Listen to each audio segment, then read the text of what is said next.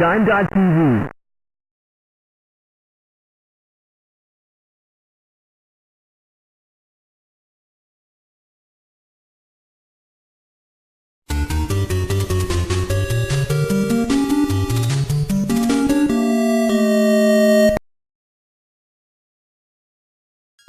Originally released for 1997 for the Sony PlayStation, Castlevania Symphony of the Night marked a turning point for the series. Where the older games were slowly paced and linear, Symphony is fast, fluid, and open-ended. RPG elements were also added as a series first. The game wasn't successful upon release, but critical acclaim and word of mouth eventually brought it to a much wider audience. Along with a reasonably similar series, this game has even come to define a genre unto itself, the Metroidvania. I first encountered it around 1998 when my friend's older brother Dave let me borrow his copy. I hadn't played a Castlevania since the first one on the NES, and was totally floored by the experience. It's clearly a labor of love for the developers, and it's chock full of secrets, Easter eggs, and tiny aesthetic details that I'm still discovering to this day. And so, without further ado, Symphony of the Night. Oh, but first, please revel with me in the glorious PlayStation startup sound.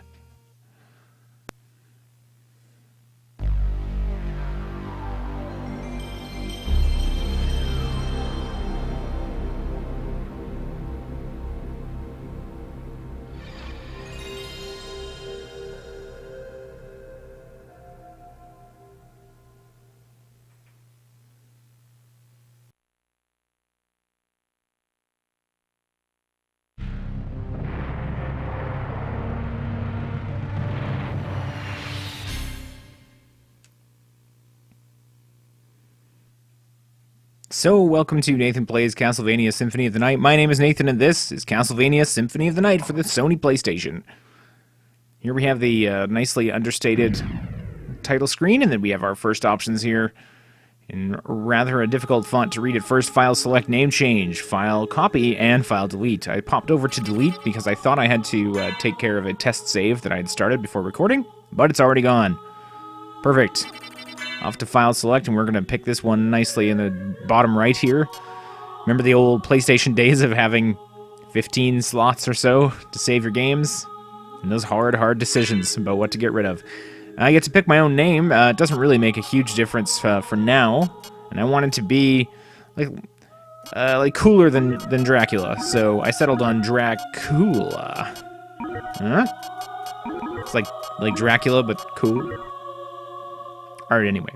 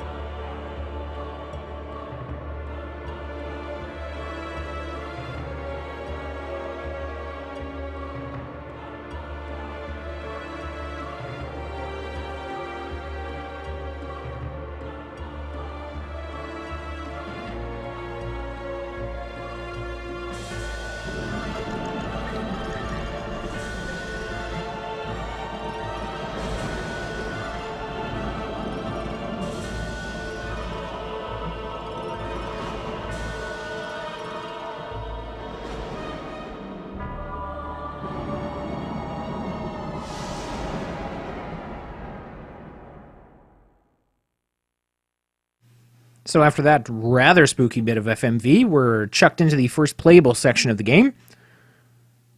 Final stage, Bloodlines. What?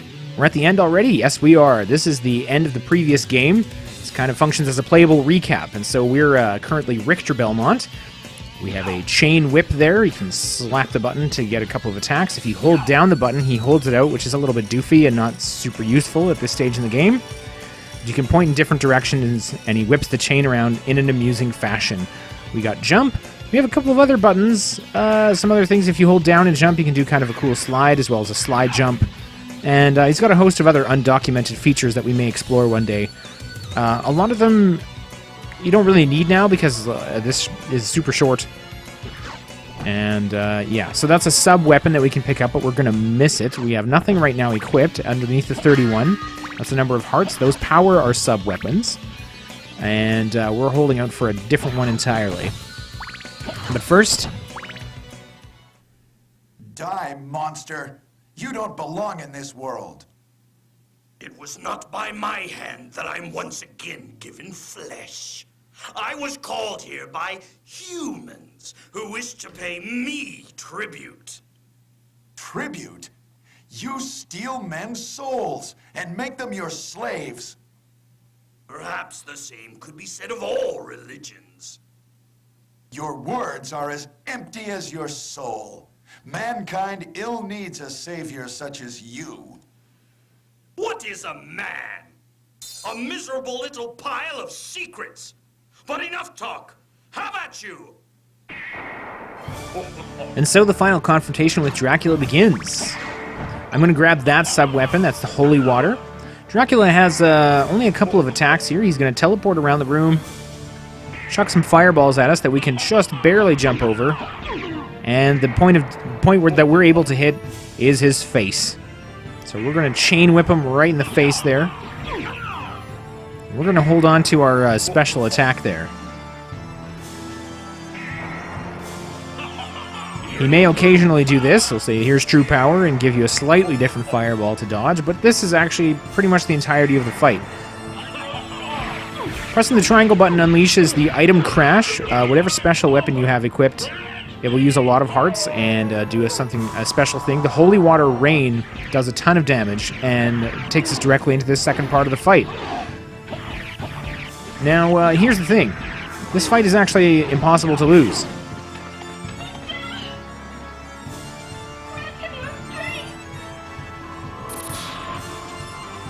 I assume this has some significance in the game that it comes from.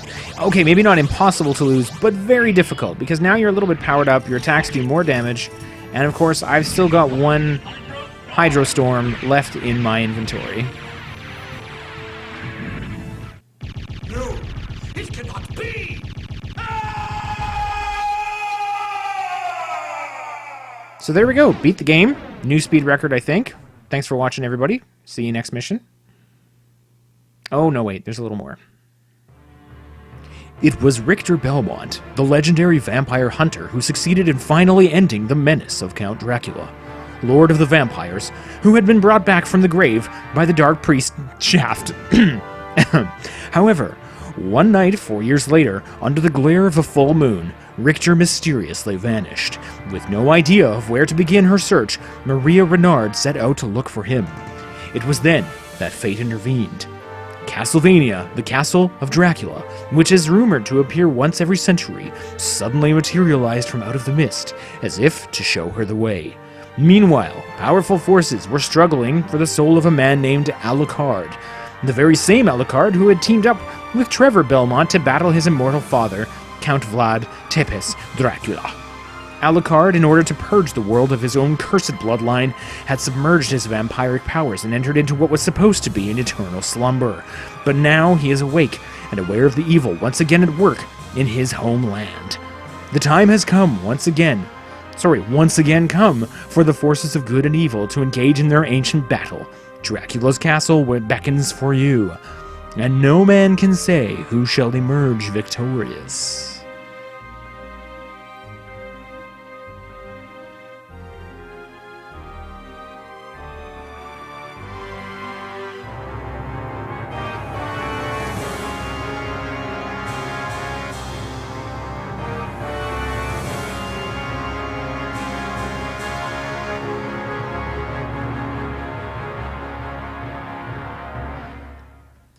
So I tricked you. That professional narration was actually me. That was me the whole time. I know, it was so good. You you thought it came with the game, but here we are.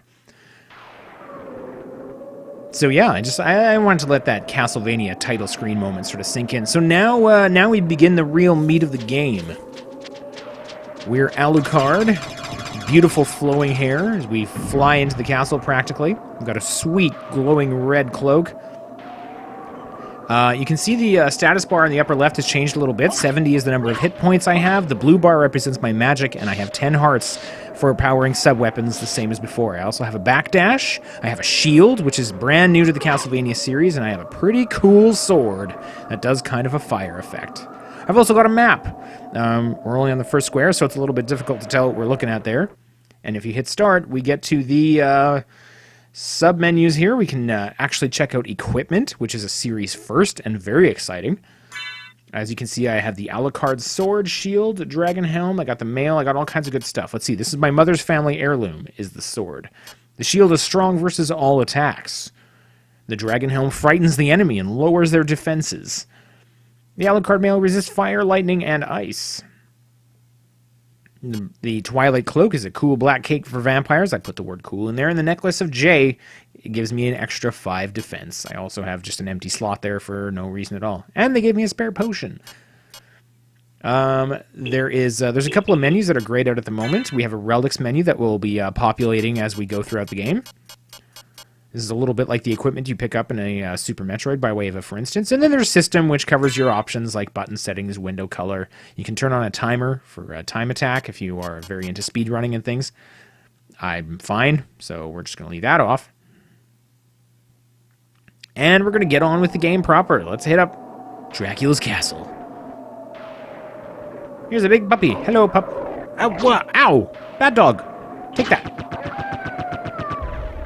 Unbelievable. Obviously, that doggy hasn't seen me in a long time. So these opening areas are reminiscent of previous Castlevania games. A lot of them start out in a very similar fashion. Long, straight hallways and kind of a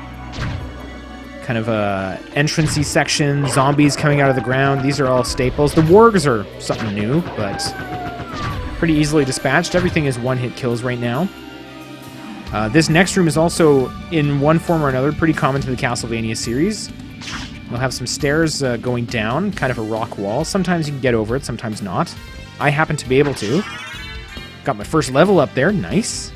The game automatically distributes your stats for you. But I'm actually going to go down. So yeah, like I said, common to Castlevania games is having to head downstairs for just a brief moment and fight these fish people. Mermen. And as you'll notice, you've seen it just in the few enemies I've fought so far, there's a bit of a trend. Everything burns. Evil apparently is extremely flammable when defeated. So that's a fun fact. Now, unlike other Castlevania games, the candles and torches don't actually drop anything yet, but we will get to that.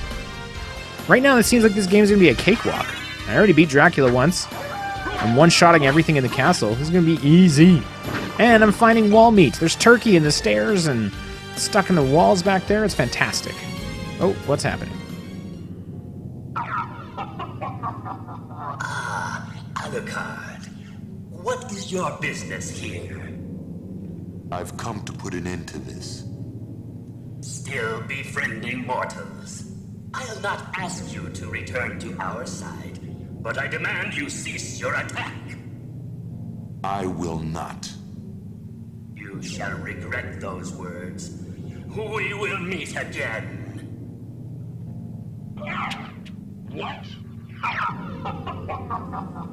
Yeah, so in Castlevania canon, Dracula and Death are like buds, and they hang out, and you often have to fight Death if you're going to go at Dracula. And look what he's done. He's stolen all of our stuff. Well, he left me the meats, which is nice. But he took away all of our equipment, all of our gear. All we have is the potion and 2 turkeys that we found in the walls.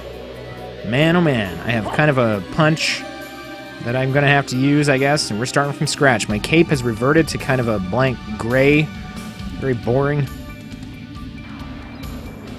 What a day. Maybe things aren't going to be as simple as I thought. Well, let's see what happens. We'll fight this guy here.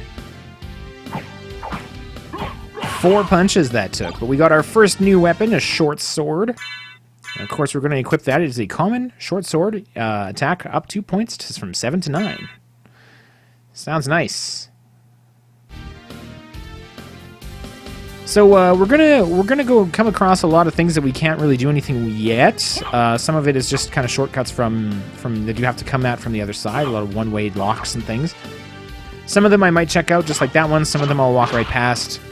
Sorry if I walk past something intriguing, but we'll probably get to it. Red Rust is a 2-handed sword, not as good, actually quite crappy. Worse than unarmed, it seems. So we're not going to use Red Rust. And here we get to our first save room. These, I was pretty sure, actually they are still extremely cool. I thought they were the coolest save rooms, and they're still quite cool. Save rooms will also refill your HP and magic, which is nice, but not any hearts. Those you still have to collect yourself. As you can see, we've now the map's been filling out a little bit more. This is kind of what we're working with here. And we're going to keep going pretty much the only way we can go at this point. Here we find our first relic, the Cube of Zoe. And what that does, if we go check out the relics menu here, and we can turn these all off and on, which is kind of neat, it causes items to materialize. Now that's a little bit vague, but basically all it means that in classic Castlevania style, torches and flames will now drop things, including hearts and sometimes money. There's a little bit of a loading screen there, cleverly disguised as an ornate hallway. And we're in our first new area, Alchemy Laboratory. Skeleton's now only 3 shots instead of 4 with the fist, but I have a good range, so that helps. And we'll stomp on that button there in order to be able to grab the thing that's in this globe, which is a hide cuirass. And what on earth is that? It's armor. It is a tanned leather cuirass. I hope I'm pronouncing that right. Gives me a little bit of extra defense, but makes no visible alterations to my character.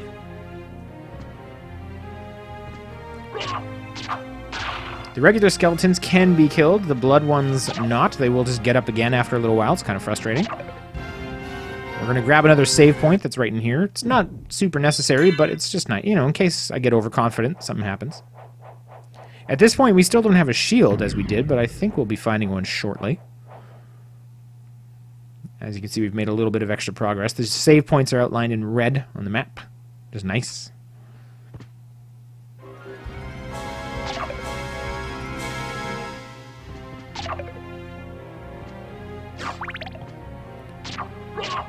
New enemy here. These guys take quite a few hits and will chuck axes at you, which is a little bit upsetting. Especially when you're me and you forget that you can hit the axes and also you don't have a shield.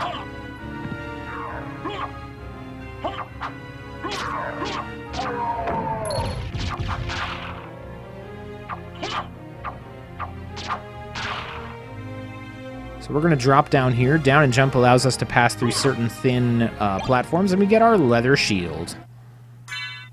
Wonderful. It is a leather shield, low def. Well, low def is better than no def. That's what I always say. There we go. Nice little shield animation there. You can also equip weapons in both hands so that you can have kind of... because you have 2 different buttons. And we get our first sub-weapon. Let's just drop that other train of thought that I was on. The sub-weapon is a dagger. I will demonstrate it shortly. Each dagger consumes 1 heart, and they are actually surprisingly useful. You can throw them very fast, and while they don't do a lot of damage, they're really good for distance and rapid fire. I got a resist thunder potion there that I guess we'll use at some point. I often forget to use a lot of the items that I pick up that aren't, weapons and armor and stuff, so you may not see all of these things in action, because I just tend to forget that I have them.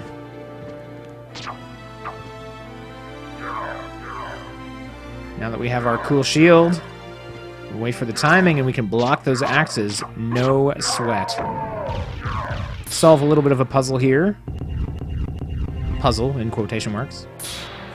Not too bad, and we can... That box spike thing allows us to get up to this area. Sweet dodge, if I do say myself, by the way.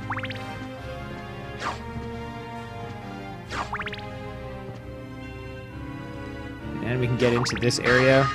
Get a new cloak. It's the cloth cape. Under the capes section there. It is well made, but shabby looking. Ups our defense by 2 points, and we get an extra point of constitution, which is good for things like curses and poison. The better constitution you have, the shorter these things last. As you can see, I'm now kind of a sort of brown and burgundy color. It's not so bad. I think it's better than the black and the gray, anyway.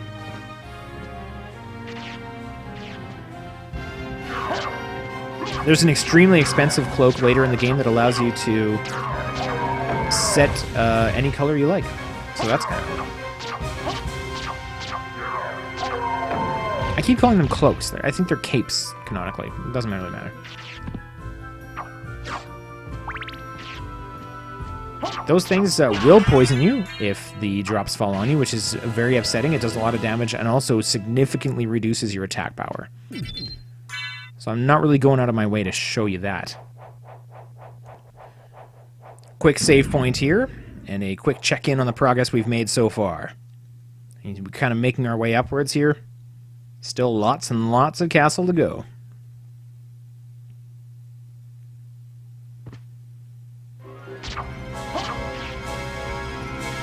Now we're going to climb. There's a hallway leading off to the side that we're going to save for later. There's not really much we can do in there at this moment. And I found a new sub-weapon, which is the axe. Axes take a couple of more hearts to use, but they go in sort of a pleasing arc pattern, which can be good for getting stuff that is above or below you in certain situations. And then we have this. Uh-oh. Music stops. Walled in behind us. I think we're looking at a boss. That's right. I forget these cats' names. I want to say it's Slogra and Gaibon.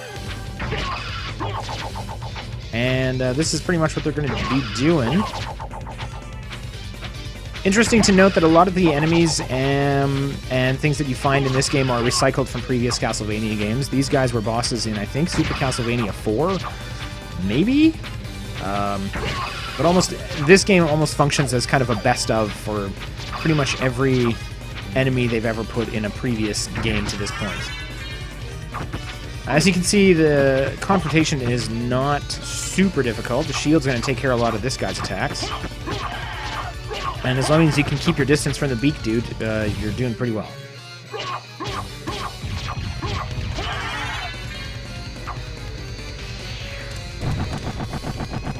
And so, with the boss complete, we get our first one of these. What is it? It's cute. It's a cool looking rainbow potion. And it's life max up. These are desirable. I mean, you do get a little bit of extra life max up every time you level, but these are nice bonuses to find as well.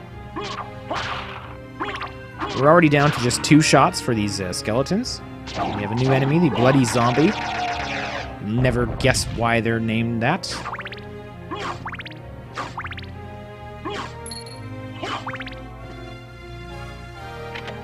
And we come to this rather spiffy elevator. Hitting up on certain surfaces will either make you assume kind of a power stance or wrap your cape around you, which is also very sort of vampiric and cool. The elevator allows us access to this room, and we get a pair of sunglasses. Those go in the head slot. They are cool-looking sunglasses. They raise your defenses slightly, but they also slightly lower your intelligence. Intelligence is good for regeneration of mana after using spells.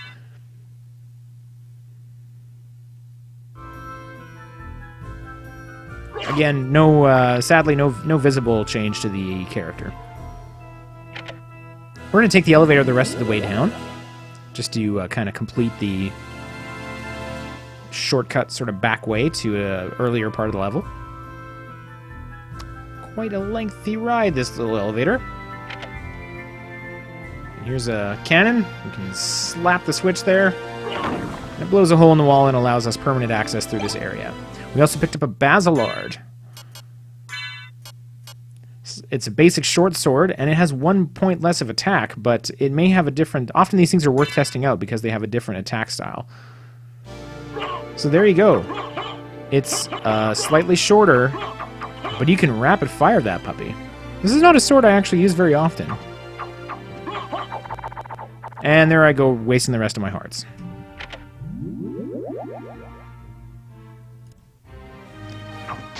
So we've made it back to where we first met our bloody zombie there after quite a lengthy elevator ride. We're going to head back up, or continue on our way, rather, and come across another save point.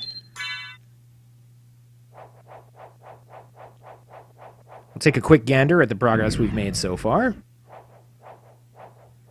Or we will not. I thought we would. The dangers of not taking notes while you record.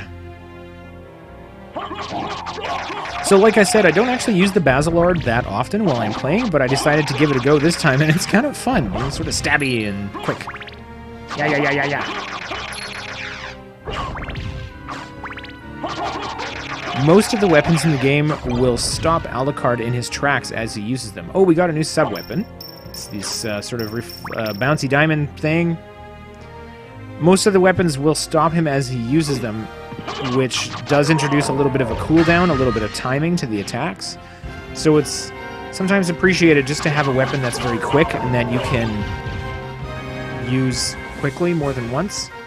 We just picked up another sub-weapon there. I'm not 1,000% sure what it's supposed to be. It's kind of salt, I think. But you can see it makes sort of a ground coating. And enemies can run into it and take damage. It's definitely not my favorite one.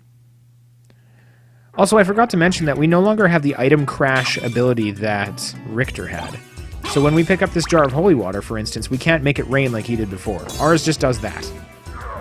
Also a very common Castlevania item to find. But useful in its own way. Does a surprising amount of damage in a short time if you can land it properly. We're now in Marble Gallery. And a nice music change there. We got some statues in the back. And we're going to drop right down. Whoa.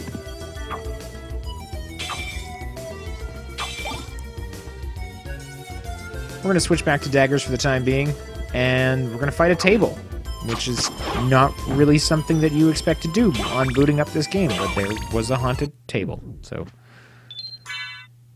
Alright, so that'll be, I think, the last save for this video. I feel like we're making good progress. In the next one, we're going to keep exploring the rest of the castle. We've got a little bit of a choice to make at the beginning, but I'll talk about that next time. Thank you ever so much for watching. There you can see some of the progress we've made today. And as always... I'll see you next mission.